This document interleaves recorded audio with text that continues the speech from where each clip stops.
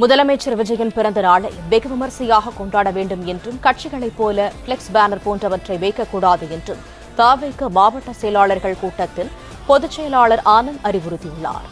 இதுகுறித்த கூடுதல் தகவல்களை தருகிறார் எமது செய்தியாளர் மகேந்திரன். முழு விவரங்கள் என தமிழக வெற்றி கழக மாவட்ட செயலாளர்கள் ஆலோசனை கூட்டம் இன்று பணியூர் அலுவலகத்தில் நடைபெற்றது. இந்த ஆலோசனை கூட்டத்தில் முக்கியமான அறிவுறுத்தல் வழங்கப்பட்டிருக்கிறது.